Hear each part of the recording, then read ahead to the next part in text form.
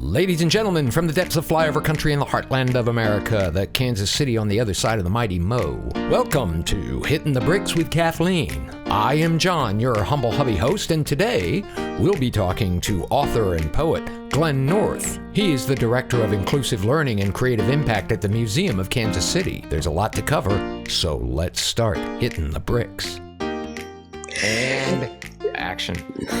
So, John, today we have Glenn North with us, and yes. Glenn has a very interesting background, which I'm going to let him introduce himself to our listeners, but I have 1,000 questions for him as usual. So Glenn's used to me doing this to him, but it still can be rather uncomfortable. So the two of you need to try to control me, okay? Glenn, like Glenn, tell us something. Tell us about yourself. Yeah. So my name is Glenn North. I am currently the Director of Inclusive Learning and Creative Impact here at the Kansas City Museum. Well, we just recently rebranded. Let me correct myself. We are now the Museum of Kansas City. In most museums, that job title would be Director of Education. So I do all of our education programs. I'm also the poet in residence here at the Museum of Kansas City. So I oversee a series of poetry programs that we have here as well. So you oversee poetry programs. Is that a concentration at the Museum for Kansas City? Well, it's because it is my background, I was able to fold it into my scope of work. What we do at the Kansas City Museum is all kind of under the umbrella of restorative practices. So all of our methodology, our programming, just the way that we do business, our North Star is restorative practices, which is an offshoot of restorative justice. But what that means in the museum space is that we are really concerned about building relationships, whether it's interpersonal relationships or relationships with the community. We're interested in doing the work of repair when harm has been done. So really quickly, for instance, I just had a meeting with our curators who are working with NAGPRA, the Native American Graves Protection and Repatriation Act, to make sure that all of the artifacts that we have in our collection, all the artwork, any objects that we have that come from various indigenous people, that those items were acquired ethically. And in some of that investigation, when they haven't been, we want to do the work of returning those items to where they belong. So far as it kind of plays out in a broader sense is we want to make sure that we are amplifying the voices of people groups that have historically been overlooked in the museum space. Our tagline is home of the whole story, including yours.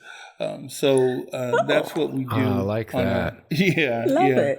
On a broader scale. But in terms of the poetry programming that I've been doing under the Restorative Poetics Initiative is bringing in poets who are using poetry as a vehicle for either social justice or highlighting historical narratives that have been overlooked or distorted in some way. And so there are a lot of poets that are using history as inspiration for their work. And so trying to connect with those poets and giving them a platform here and having conversations around their work is something that I'm really excited about. But we also do programming for high school students. So just this past weekend had the Poetry Out Loud Regional Championship.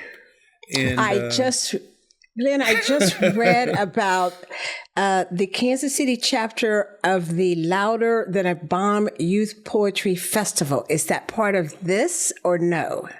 No. So Louder Than a Bomb underwent a lot of changes. That was a citywide youth poetry festival that I helped to found, and I was the artistic director of, from 2012 to 2021.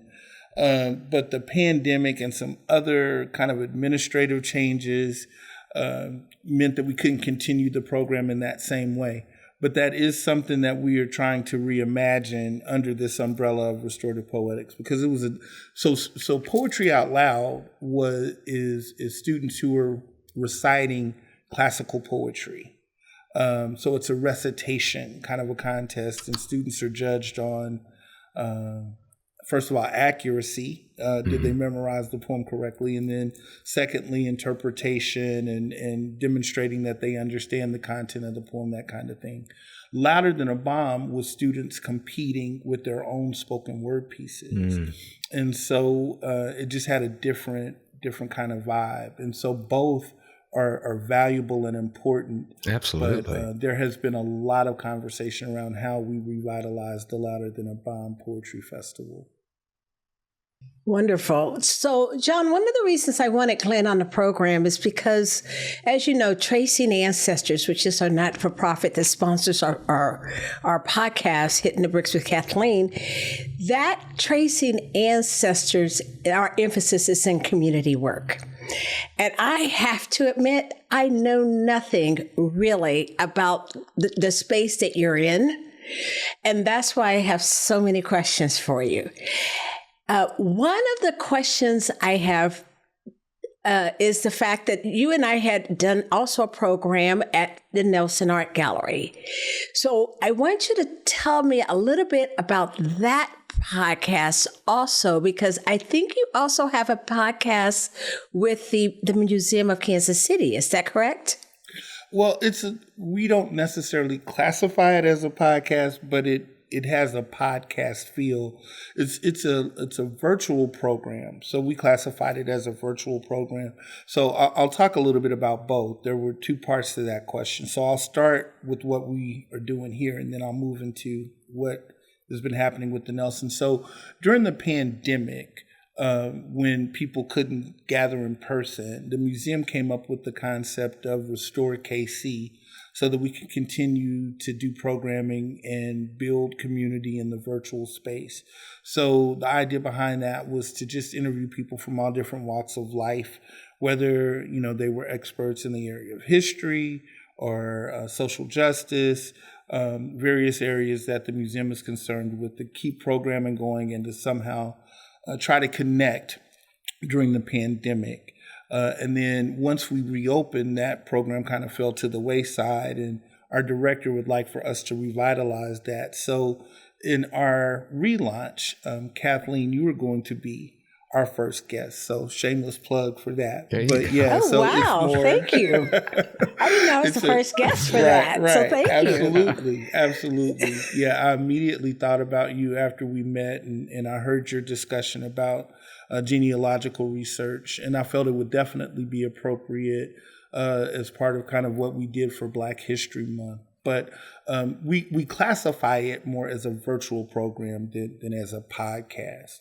Now, and that's called, and that program is called what again? I'm sorry, Restore KC. Restore KC. Restore okay. KC. Yeah. So with the Nelson, I had done a lot of work with the Nelson, and my relationship with the Nelson is kind of complicated. And I'll just give you a quick backstory. Back in 2009, 2010, I was asked to do an ekphrastic poetry workshop for the Nelson. And ekphrastic poetry is just a big fancy word for poetry that's written in response to artwork, or poetry written in response to a visual image. So the idea was that I would take participants through the various galleries of the Nelson. They'd pick a piece that spoke to them, and they'd write a poem in response to that, and I would guide them through the process. So this isn't fair so far, Glenn, because you're answering my questions before I get to it. So one of my questions was the vocabulary was, what is ekphrastic exactly, and how do you do that? Yeah. So in the meantime, I watched you do a piece on the Lynch family blues. So I'm kind of stopping you. We'll go back to the Nelson. But the Lynch family blues was because the Nelson purchased this photo by Joseph Hirsch, right? Yeah, it's actually a painting. It's a painting. Yes, it's a painting. And I want to make sure I can to talk to you about this more, but I loved your piece on that. And that was an original about the artwork. I don't normally get that excited about either art or poetry, but I found myself looking up. I looked up the painting on the Lynch family blues, and actually the Montreal Star had something about it in 1940, and then somehow the Nelson Atkins got it around 1947 or 8. I was more than intrigued that I listened to your piece twice on that. And I went back to make sure, is that really what this picture is talking about? So I researched the picture, the artist, and you, and the piece. That's a lot. That's a lot.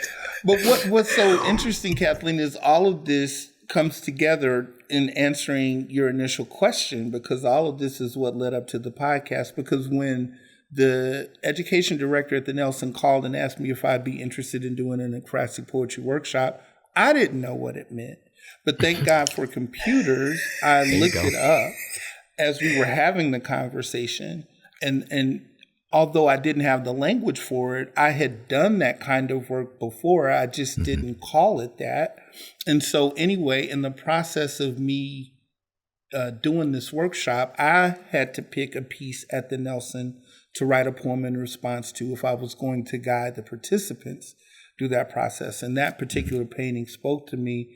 And so the painting by Joseph Hirsch, who's a Jewish painter, depicts this woman who's obviously distraught. She's just bent over in grief, and she's holding a baby that's kind of raising, he's got a rattler in his fist, but he's kind of raising it almost kind of in the Black Power fist, if you will. It was before the Black Power fist was, a thing, but that's right. What it puts you in the mind of. And so I was immediately drawn into, wanting to understand this painting.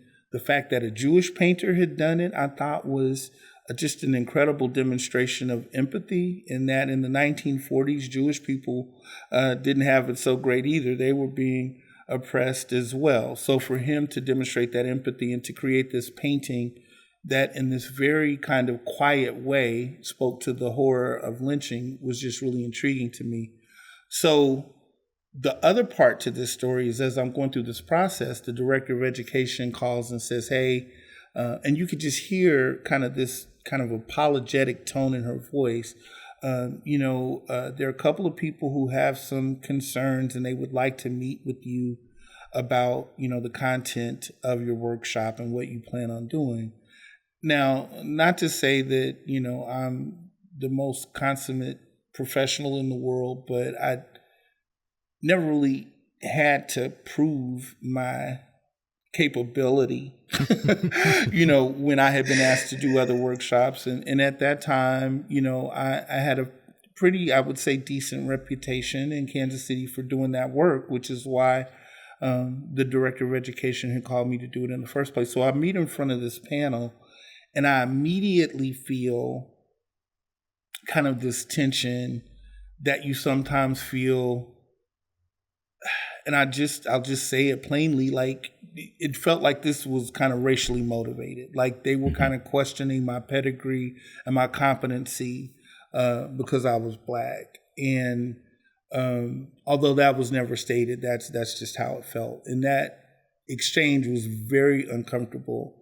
But I left that meeting feeling like I really needed to show them that I was capable of doing the job I had been asked to do. And so engaging with this painting, the poem Lynch Family Blues, is what I came up with. And if you kind of visualize the painting, the poem says, went out swinging last night, baby. Hope you didn't wait up for me. Said I was swinging all night, baby. Did you stay up late for me? I wasn't swinging in no joint, darling. I was out on the limb of a tree. Now I'm walking on air, baby. Feels almost like I'm free. My feet steady kicking the wind. Yeah, I'm close to being free. And for the first time in my life, darling, white folks is looking up to me. Hear me, son. Your daddy loves you. Keep hanging on to hope. You the man of the house now. Gotta help your mama cope. Daddy won't be coming home no more. I reached the end of my rope. And so that's the poem that the painting inspired. The workshop went incredibly well. And then from that point on, I've done all of these different projects with the Nelson, including the podcast that you asked about. Also during the pandemic inspired Restore KC, the virtual program that we do here at the Kansas City Museum. But with the podcast, the Nelson, the Kansas City Police Department, during the uprisings that occurred after the murder of George Floyd, knew that there would be protests that would be going down Cleaver, headed towards that fountain. The JC, well, it used to be the JC Nichols Fountain. Yeah. But that's where people would gather. And so the police asked if they could stage at the Nelson to just kind of be prepared for any incidents that might occur.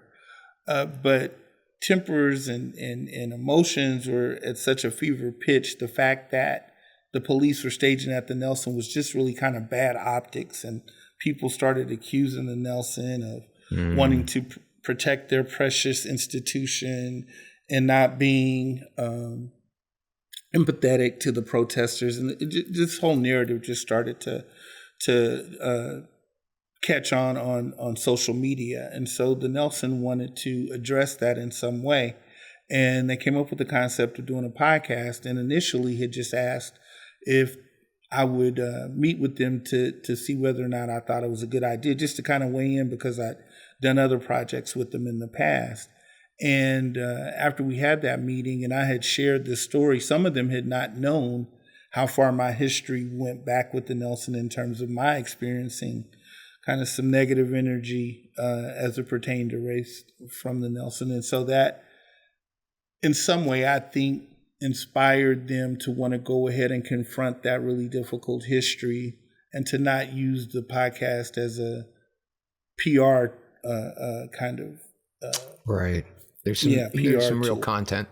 Yeah, exactly. Some real intention. Exactly. Right. And so Glenn, as far as the podcast at the Nelson, and it really is the Nelson Art Gallery. No, it's called what is the full name of it? Frame of Mind. It's called The Frame of Mind. And the actual purpose of that is for healing the community, or is that the purpose, or am I putting words in your mouth? It was really about looking at the history of race in Kansas City through the lens of an art gallery. So it was really more about the Nelson being accountable and confronting their past as it pertained to race relations and the role that they played in the Kansas City community in that regard. But to just kind of generate conversations around race and definitely how art, just as we witnessed with Lynch family, that painting, how it can create a space for these kind of conversations to happen. I think healing I definitely feel like that is a desired outcome, but I think we all wanted to be kind of realistic in our expectations in terms of how much of an impact a podcast could have. And so you're thinking it's opening discourse, it's happening, it's a safe space to ask questions and to learn. Right. Is that more? Okay. Yeah. And certainly, as I'm saying, I think healing, is definitely a desired outcome. So the joke that Christine, the producer of the podcast, and I had is that our podcast is going to fix racism. And we kind of said that jokingly, but just kind of, in terms of like managing our own internal expectations about, right. Obviously we would have wanted to lead toward healing and building community and all of those things. But we had hoped that at least it would generate conversations that people might not have had otherwise. and to demonstrate how art can really be an effective tool to ground those conversations. So now, Glenn, your family is from Kansas City in Missouri, by way of the South, of course, but you came up through Missouri and you've been several generations here in this area, correct? Correct. Because my family is not. And that, so is that true? That is true. Oh, okay. So with saying that, I also saw that you went to Lincoln University, which is a HBCU in Missouri, in Jeff City. And so I'd like you to touch a little bit about the history of Kansas City. Tell us a little bit more about the community and how are the people who are generationally, they're African Americans and generationally from Kansas City. How are they accepting this outreach from both the Museum of Kansas City and the Nelson Art Gallery? There's a lot of things that are in that question, so let me try to pace myself in terms of answering it. So, sorry. The Kansas City Museum originally opened in 1940. And fell into disrepair by the time the early 2000s rolled around. I've heard stories of families that, Black students that came here, families that came here. None of them were overtly negative, or none of them that I've heard so far that people feel like they were excluded. So fast forward to, the early 2000s and this idea that we could renovate the Kansas City Museum since it had fallen into disrepair. So in 2014, a renovation effort began, and this whole notion of restorative practices became the framework in which the museum wanted to design the exhibits and kind of undergird the way that we do business here. So in our recent iteration, we've been accused of actually being too woke, right? So from certain people who have visited the museum. When we talk about the history of the Nelson, it's kind of similar. There are stories that, having done the podcast and just the work that I've done with the Nelson over the years, where there are some remembrances of not feeling totally welcome, but I've not heard any stories of people just, being flat out told that you can't come in here or you don't belong here, right? But one of the things that the Nelson felt that they could do a better job of was really engaging with local artists from all different backgrounds. And their first exercise in doing that was with an exhibit that they had called Testimony, with artists from the African American Artist Collective, which I'm a part of. And so from that point on, they've been doing exhibits with local artists from all different ethnicities and backgrounds, and those programs have been really well received.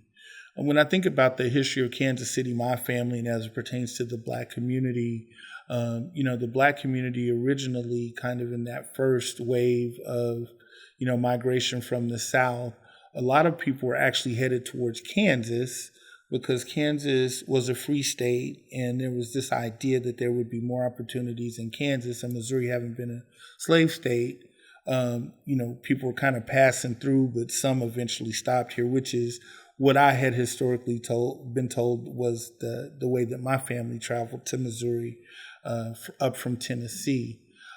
When the 1920s hit and Prohibition went into effect, Tom Pendergast, who basically ran Kansas City, he was known as Boss Tom. His family had a bar in the West Bottoms, a liquor distribution company. So like at the bar, all of the politicians and the police officers and even some of the organized crime element all kind of hung out there. And when Prohibition went into effect, Tom Pendergast was able to leverage all of his political and social connections to create Kansas City as what was known as a wide open town. So Prohibition wasn't enforced here. Consequently, Kansas City was a great place to open up a jazz club and for jazz musicians to find work. Obviously, the Black musicians were, doing an incredible job of creating and innovating that music. And so a lot of the best jazz clubs were between 12th and 18th Street. By the time the 30s rolled around, you had 300 different jazz clubs in the greater Kansas City area. But as I said, the concentration of the best ones were in the 18th and Vine area. So even during the Depression, the Black community in Kansas City, we talked to people like Black people, were used to being self-sustaining. They were used to, in some instances, even though we're talking about what was an evolving urban area, but they knew how to grow their own food, how to make their own clothes. So Kansas City's Black community really did well during that era. And then there were other enclaves of Black folks in areas like the Leeds Dunbar district and Steptoe. So hold on a second. Yeah, sure. You've mentioned 18th and Vine quite a bit and talking about this. Mm-hmm. And then I also saw that you were a poet laureate of the 18th and Vine Historic Jazz District. Yeah. What does that mean? So that appointment was a huge honor. So Congressman Cleaver, quick backstory. My first job in museums was at the American Jazz Museum. I started working there back in 2003. I became a member of the education department after having done some poetry workshops at the museum on a contractual basis. Those went really well, so I eventually got hired. So at that point, I really love hip hop music. I grew up like my music of choice growing up was hip hop. I was not a huge jazz head, but when I got the job at the American Jazz Museum, then it became incumbent upon me to learn more about jazz music in general and Kansas City's contribution to it in particular. And so I really started to fall in love with jazz music, and a lot of the poems that I wrote were influenced by either the cadence of jazz music or the themes that I was exploring, the topics that came up in my poetry related in jazz to some way. And Congressman Cleaver, is the one who oversaw the redevelopment of the 18th and Vine area when he was mayor. So it was always kind of near and dear to his heart. And so while I was at the Jazz Museum, there was a great poetry program called Jazz Poetry Jams. That was really one of the flagship programs at the museum. And then Louder Than a Bomb, that started while I was at the American Jazz Museum. And Congressman Cleaver, just in his observation of how poetry was having an impact on people interacting in the district, thought that designation would be pretty significant. And so he is the one, along with the Jazz District Redevelopment Corporation, who gave me that moniker. And basically the idea was that I would continue doing what I was already doing, but you kind of using poetry as a way to elevate the visibility and to tell stories about the historic 18th and Vine Jazz District. Mm. So, John, you're not from this area at all, I'm not. Virginia. But I'm forever learning. You're forever learning. You have questions for Glenn? Well, actually, sitting here, I did. So much of, and I mean, it's just lists and lists of the community involvement that you have, Glenn, and different programs that you've sponsored or been a part of.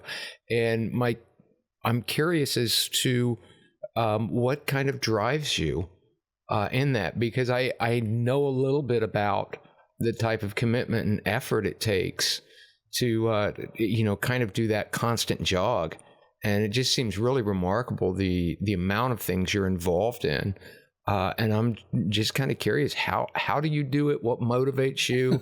What gets you up in the morning and says, okay, I want to go back to bed? So growing up in Kansas City, I went to Addix Elementary School, which is in the 18th and Vine area. And Addix was, by the time I started going to school in the 70s, certainly there was no longer, there was de facto segregation, I guess is what I'm trying to say. So Addix was historically a black school and was still very much a black school when I started attending there in the 70s. So I kind of remember these seeds being planted when I was a kid about having pride about your culture and heritage, even in grade school. But it was really became actualized when I was at Lincoln University. And I just kind of came into this understanding. I understood racism on a one-on-one basis, right? I understood like there are certain white people that don't like black people, and there's certain black people that don't like white people, and that on an individual basis I kind of understood. But then when I got into college and I started to understand systemic racism and how it impacts all these areas of human activity, whether we're talking about like the prison industrial complex or disparities in education, the wealth gap, all of these things. And so I really felt like, how can I affect change? And so I became very much a student activist, got in a lot of trouble. I don't think I had a chance to tell you this, Kathleen, but I got kicked out of Lincoln University for... I saw that, Glenn.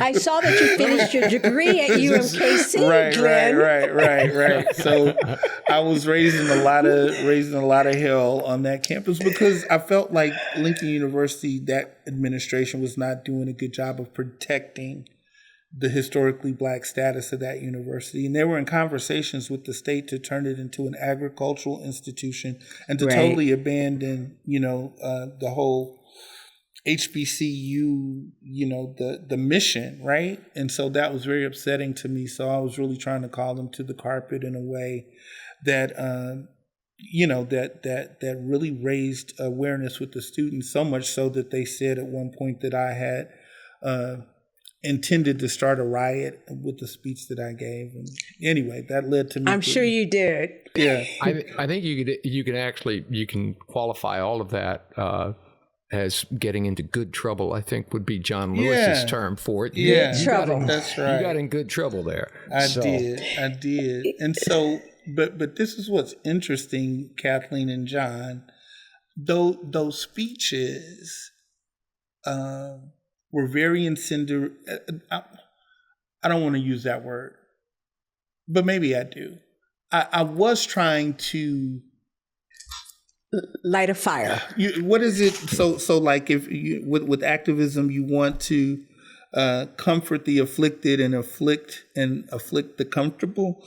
That's correct. There was a little agitation in that, if I'm being totally honest. But what happened was, as I matured, I spent a lot more time and energy, number one, doing the work of self-interrogation, because, I was very judgmental and accusatory in those days and very quick to point the finger and didn't always look at what I was doing that needed to be improved.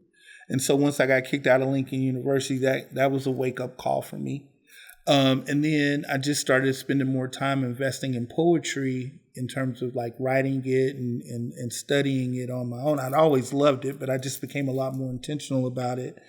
And what I discovered was I could communicate the same ideas that I was communicating back when I was giving all of those, really kind of fiery speeches, and people just received it different when it was clothed. They received that content differently in the form of a poem than they did in the form of a speech.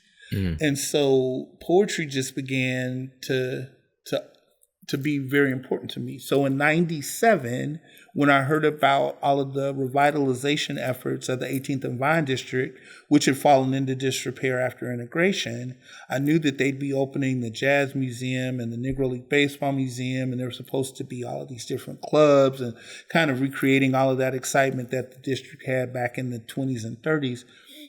And at that point, I was saying, hey, I want to be a part of that. How can I be a part of that? And I found a little hole-in-the-wall jazz club called the Mardi Gras, and I started hosting a monthly poetry reading there. But I really wanted to bring in poets who were interested in art as activism. And so the name of that poetry series was called Verbal Attack. And it was very... I feel very blessed to have had that opportunity, but it was very well received and supported.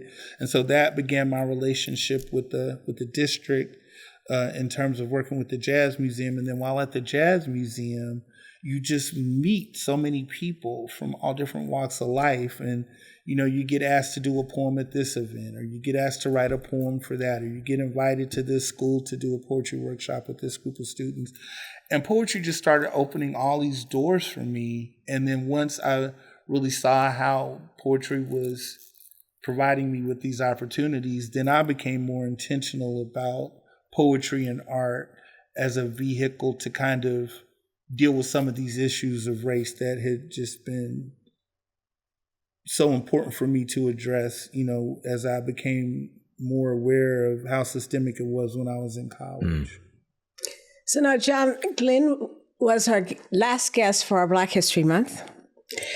Of course, we have Black History and Americans History 12 months out of the year. I was going to say Black History in our house is that's a year-long 365 days. I signed up. I didn't realize it, of course, almost 30 years ago. I signed up for a 30-year course in Black History.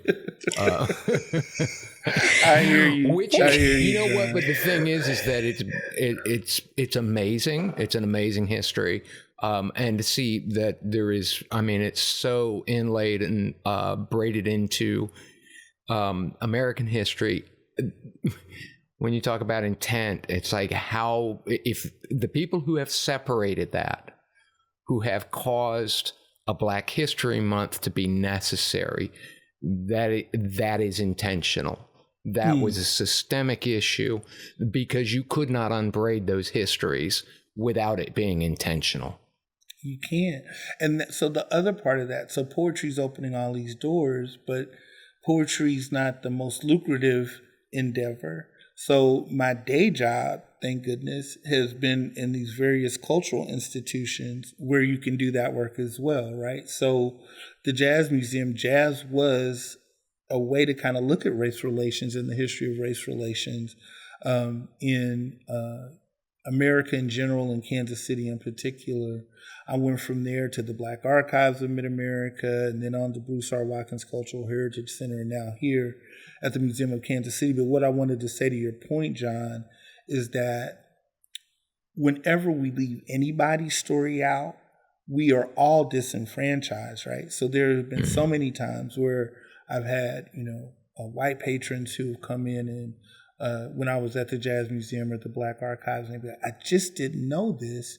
And you can kind of feel like anger in them coming to that understanding that I didn't know this, but that was by design, And so with poetry being a part of my arsenal and having been fortunate enough to work in these various institutions where I can do that work, it's just been a huge blessing.